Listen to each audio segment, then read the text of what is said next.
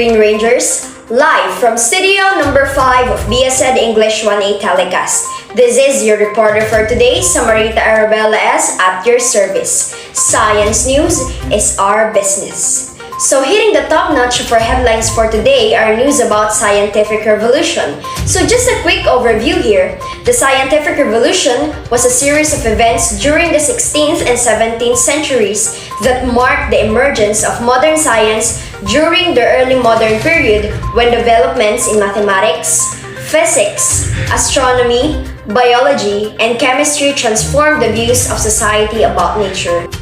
As we all know, the Greek view had dominated science for almost 2,000 years. But thanks to scientific revolution, science became an autonomous discipline distinct from both philosophy and technology, and it became to be regarded as having utilitarian goals.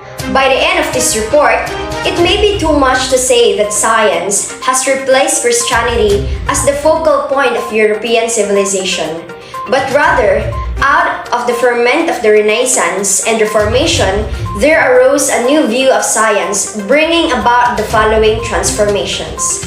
The re-education of common sense in 4 distinct reasoning, the substitution of a quantitative for a qualitative view of nature, the view of nature as a machine rather than an organism, the development of an environmental scientific method that sought definite answers to certain limited questions, couched on the framework of scientific specific theories, and the acceptance of new criteria for explanation, stressing the how rather than the why that had characterized the Aristotelian search for final causes.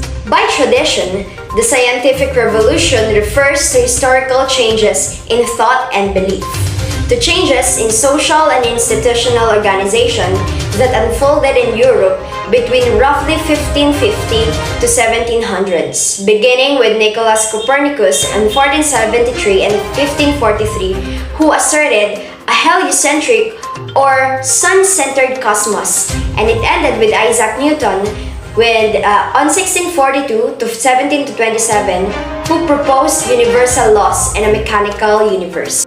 So going back to our main topic, we will be reporting about the geocentric or Earth-centered theory about the universe according to one of the most greatest intellectual figures in Western, Aristotle.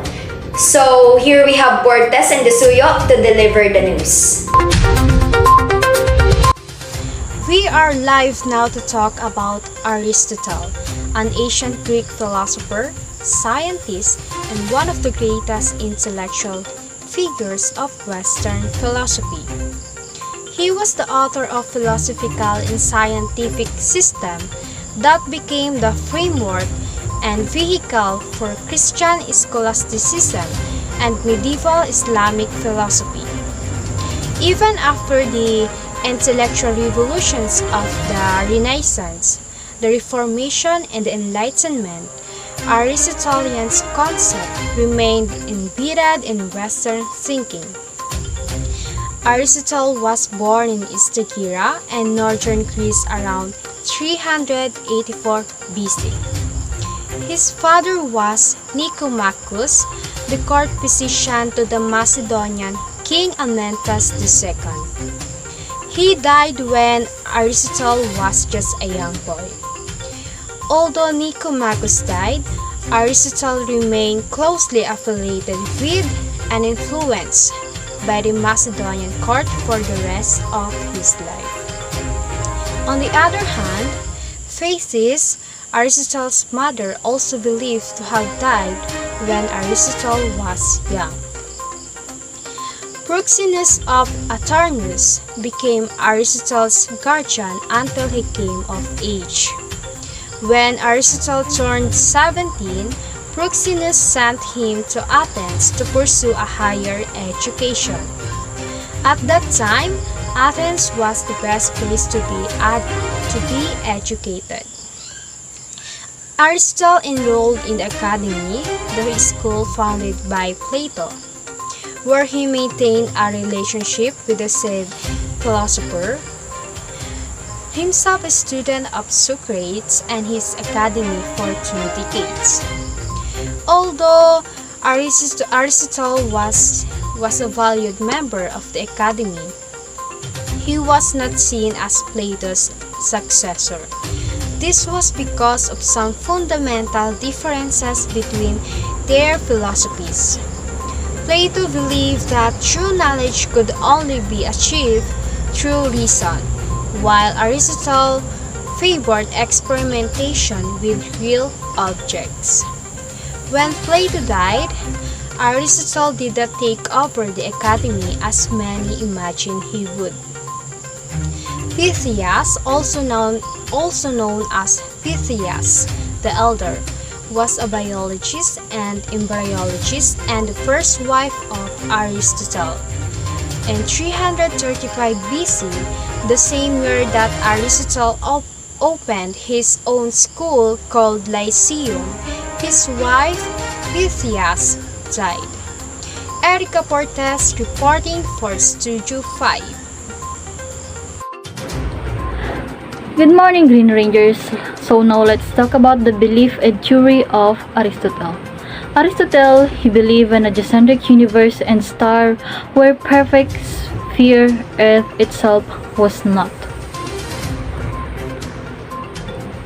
Dagdag pa rito, naniniwala siya na ang pag-inog o ang paggalaw ng daigdig at mga bituin ay maaring paikot.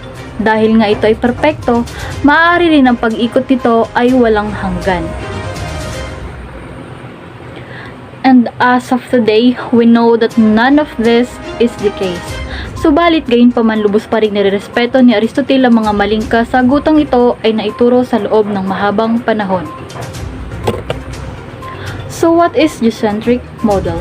Geocentric model, any theory of the solar system or of the universe in which Earth is assumed to be at the center of it all. So, trivia mga ka-Green Rangers, did you know that astronomer named Eudoxus created the first model of a geocentric universe around 380 before Christ? The most highly developed geocentric model was that of Ptolemy of Alexandria of 2nd century Common Era. It was generally accepted until the 16th century, after which it was superseded by heliocentric models. This is Ami Desuyo, ang inyong ka-Green Rangers.